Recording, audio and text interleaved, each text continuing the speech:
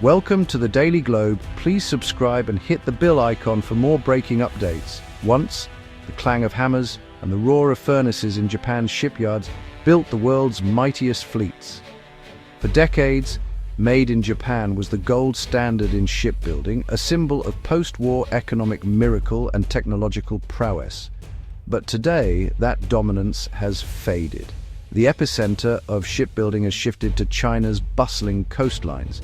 Japanese shipping giants, who once bought only from their own, now turn to Chinese builders for their next-generation vessels, a move unthinkable a generation ago. This is more than business. It's a story of industrial decline, rising rivals, and the tough choices nations face between economic necessity and strategic security. As Japan navigates these new waters, the world watches, aware that the future of global trade and power is being reshaped. After World War II, Japan's shipbuilding industry became the engine of its economic miracle.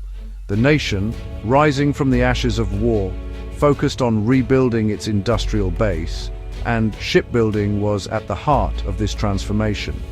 By the 1970s, Japan produced 65% of the world's ships, setting the global standard for quality and efficiency. Japanese shipyards were bustling with activity, and their innovative techniques were admired worldwide. But the tide turned as South Korea, with cheaper labor and aggressive policies, captured the market for high-value vessels. South Korea's rapid industrialization and strategic investments began to pay off. Then, China entered, designating shipbuilding as a strategic industry and pouring resources into massive state-of-the-art yards. The scale of Chinese shipbuilding operations was unprecedented. Chinese builders, leveraging scale and cost, quickly overtook both Japan and Korea.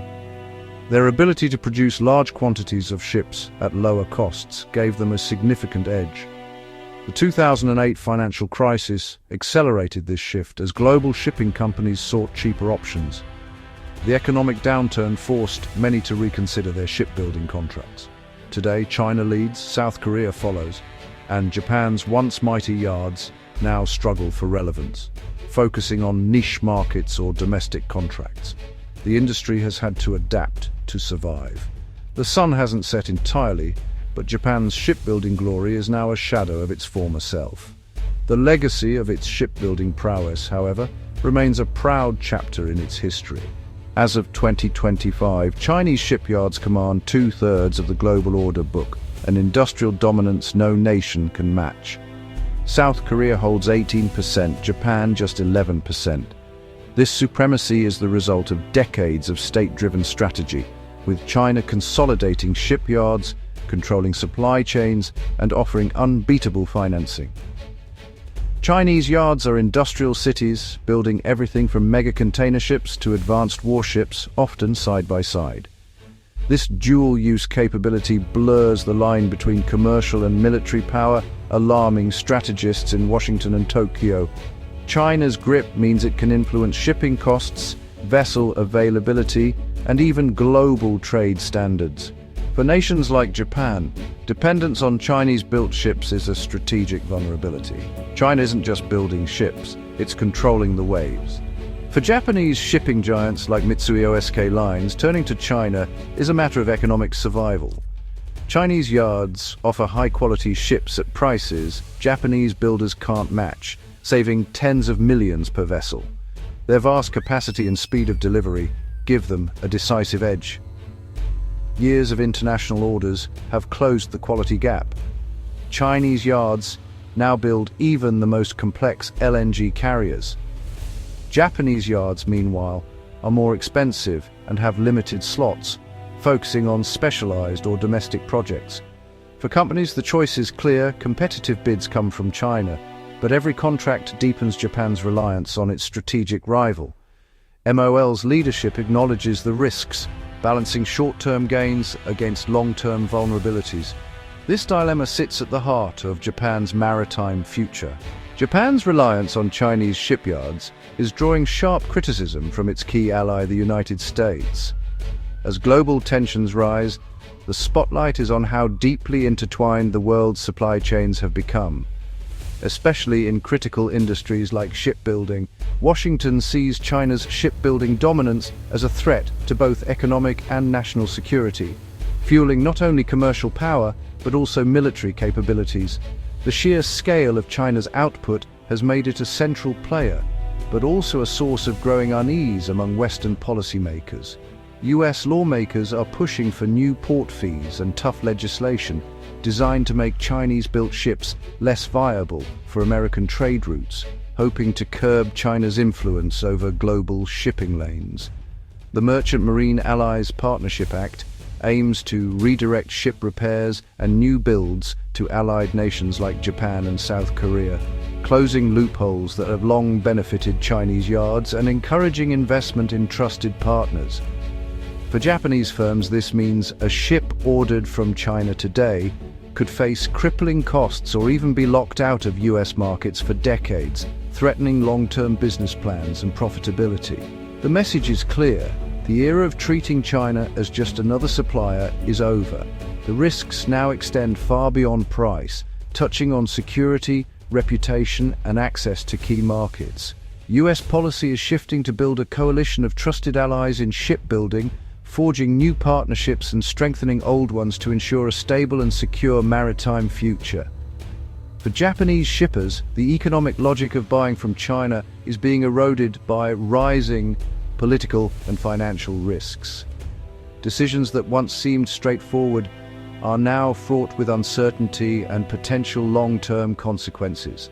The storm of geopolitics is forcing a change of course, compelling companies to rethink their strategies and alliances in a rapidly shifting landscape. Japanese firms are now searching for safer harbors for their shipbuilding needs, exploring new partners and routes to secure their future in an uncertain world. With US pressure mounting, Japanese shipping companies are eyeing South Korea as the logical alternative. South Korea's shipyards, HD Hyundai, Samsung, Hanwha, are global leaders in advanced vessels and trusted US allies. MOL's CEO has signaled a possible shift to Korean builders, sending a message to markets and policymakers alike. Ordering from Korea aligns with US strategic goals and could bring preferential treatment under new legislation. This move would strengthen alliances and create a more secure supply chain, independent of Chinese influence. The challenged Korean yards are pricier and have longer wait times, but the risk of US tariffs or market restrictions on Chinese-built ships may outweigh the extra cost. For Japan's shipping giants, paying more for Korean vessels is becoming a necessary insurance policy. Japan's shift in shipbuilding strategy sends shockwaves across the Indo-Pacific. For Japanese yards, it's another blow: lost jobs and fading industrial pride. Politically, buying from China funds a rival's military even as Japan pushes back against Chinese aggression. A pivot to Korea could strengthen US-Japan-Korea ties, but risks economic retaliation from Beijing. For businesses, every ship order now carries a political risk premium, complicating investment and fleet renewal. Companies must weigh short-term savings against long-term access and security. On a human level, these decisions affect workers' supply chains and the crews who keep global trade moving. The fate of a single ship ripples across economies and shapes the balance of power for decades. Experts agree this is a pivotal moment for global shipping. Dr. Eleanor Vance calls it the weaponization of the commercial supply chain.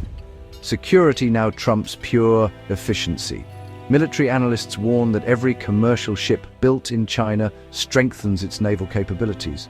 US lawmakers see new legislation as vital to decoupling allied supply chains from China's military-industrial base. Economists caution that Japan's hollowing out of shipbuilding is a strategic blunder, creating dangerous dependencies.